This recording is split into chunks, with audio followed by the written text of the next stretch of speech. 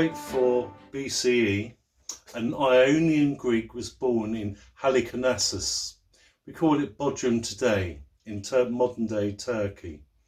He was an Ionian Greek born within the Persian Empire, and his name was Herodotus. Herodotus is regarded as being the father of history. He recorded most of what was going on in the ancient world during his lifetime. Herodotus recorded the exploits of Croesus, Sirius, Cambrys, Mendes, Darius and Xerxes. He recorded the battles of Marathon, Thermopylae, Arcanesium, Salmus, Platidio and Mycale. Future scholars built on his works to create a Greek history.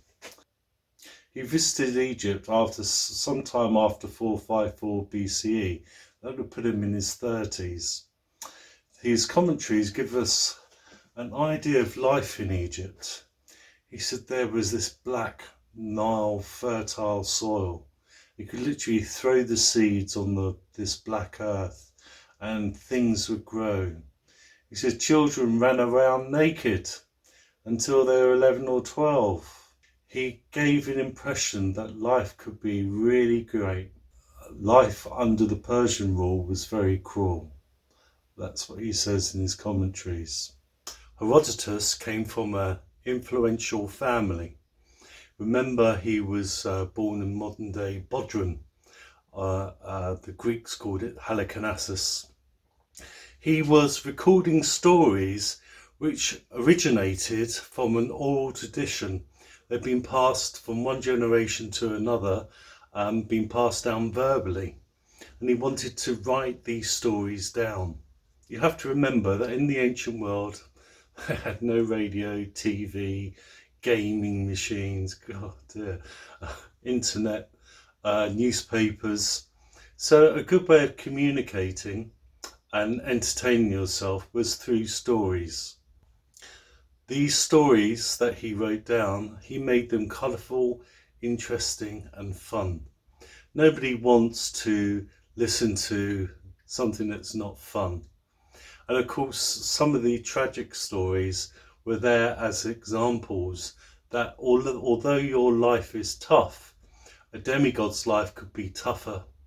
And even with special powers, the gods themselves are very vulnerable. As an example of the oral tradition, let's take the story of the Minotaur on the island of Crete, the Minoan Minotaur. You have to remember that people travelled around Greece in boats, and sailors do love good stories. So let's say that the Minoans send out their ships to collect tributes from their vassal states. And some of the tributes are young girls. And sailors visit Crete and they hear of a bull that lives underneath the palace, half man, half beast, and he's devouring young girls. Well, the archaeological evidence is that there certainly were bulls at the palace, B-U-L-Ls of course. And once a year there was a bull run at the palace, and it was an initiation service for young men. They had to jump the bull, and if they jumped the bull they could take on an adult role within the community.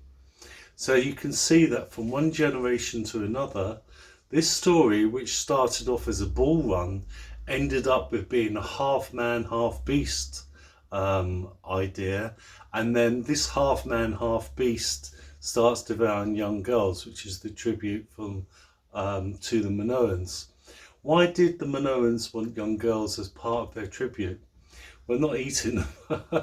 They're an island community, and probably having fresh young girls from different parts of Greece improved their genetic stock, and it gave opportunities for young men on the island. Now, early scholars accredited Herodotus with writing down the 7 wonders of the ancient world. Well, there could be a slight problem with this because he was born in 484 BCE and he died in 425 BCE. He may have gone to Egypt and saw the Great Pyramids. They were built 2225 approximately BCE.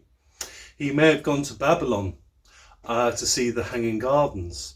They were built 605 BCE. He may have gone to the Temple of Diana, which was just down the road from him at Herodotus, and that temple was built 550 BCE. He may have seen the statue of Zeus at Olympia, and that was erected in 435 BCE during his lifetime. The wonders that were built after he died was the Mausoleum of Halicarnassus. He couldn't have seen that. That was built in 353 BCE. And the Colossus of Rhodes wasn't started until 280 BCE. Certainly wasn't around for that. And the Lighthouse of Alexandria, again, was started around about 280 BCE. So you certainly couldn't have seen that. But he did write a list of things that you should do before you die. And maybe you wrote down the first four, as these are what you should do for a grand tour in the ancient world before you die. Wonders beyond belief. And then eventually that list became the 7 wonders of the ancient world. So maybe that's how it came about. We're never going to know for sure, but it's a good explanation. The big shame about the 7 wonders of the ancient world is that the last to be completed was the Colossus of Rhodes in 280 BCE. So all 7 wonders stood for 60 years. And then 60 years later, they all started decaying. 3 of them collapsed because of earthquakes. The Temple of Diana was quarried away on other projects. We don't know what happened to the Hanging Gardens of Babylon, and thankfully the Pyramids of Egypt are still there. The 7 wonders of the ancient world deserve their own video. It might be on my agenda sometime in the future, but not right now. I hope you've enjoyed the information in this video. Please press your subscribe button. Thumbs up if you liked it. Leave a comment to give me some feedback and ideas on future videos. So thanks for watching. See you soon. Bye for now.